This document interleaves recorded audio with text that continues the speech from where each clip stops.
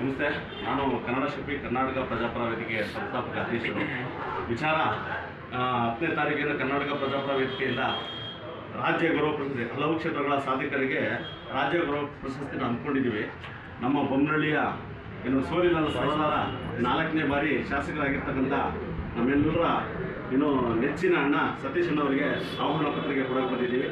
ದಯಮಾಡಿ ಕಾರ್ಯಕ್ರಮಕ್ಕೆ ಬರಬೇಕು, ತಮ್ಮ ಆಶೀರ್ವಾದ ಬೇಕಿಲ್ಲ, ನಮ್ಮ ಜೊತೆ ಇರಬೇಕು.